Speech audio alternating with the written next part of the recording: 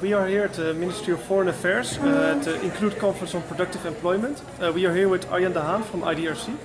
Arjan, thank you for being here. Thank you. First of all, we started off today with a discussion on sectors driving growth, in which we discussed the potential of each sector individually.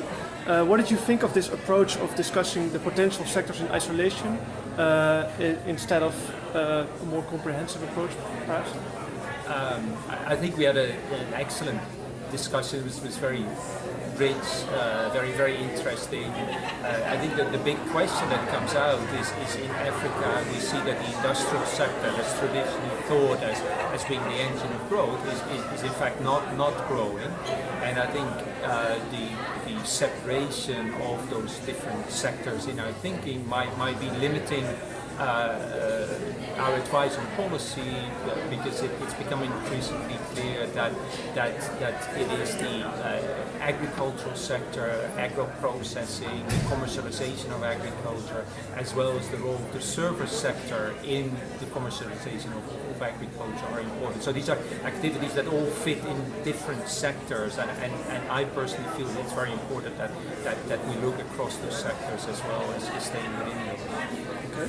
In the afternoon we continued with the session on dynamic entrepreneurship. Right. Recently you have written that growing or even sustaining a business is far more challenging than just setting up a business. Right. In that regard, what can policymakers do to enable entrepreneurs to grow and to sustain their business? I think one of the important findings out of the literature is indeed that very few small enterprises grow. As Chris Woodruff says, a scholar from Oxford says, it's like small enterprises stay small and big enterprises always were big. There's clearly a missing middle. The literature tells us very little about how we can make enterprises grow. I think there's need for more research to find out how smaller enterprises can be supported. Against that general knowledge of it doesn't happen very often, we don't see a lot of employment creation there.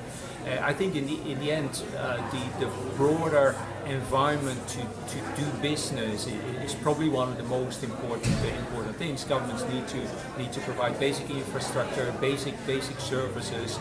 Within that, programs that target at enterprises, but certainly in Africa, the key issue is the broader environment for business. That is important both for small and for bigger business. The final question is about the final panel which we had on female entrepreneurship. And as pointed out by you and Saskia Vossenberg as well, there's an abundance of evidence that comprehensive approaches work, that a gender lens is required to look at entrepreneurship. Right. But then again, it's moving from evidence to policy. Right. What is the main recommendation for policymakers there? Well, I think you've already indicated the answer. It is particularly for women entrepreneurs, particularly for women that run smaller businesses, it is the multiple constraints that matter. There isn't actually a lot of evidence that shows how you can address those simultaneously, because many of the interventions will focus on one aspect of it, to provide finance, to provide training, to provide mentoring, and all these are important.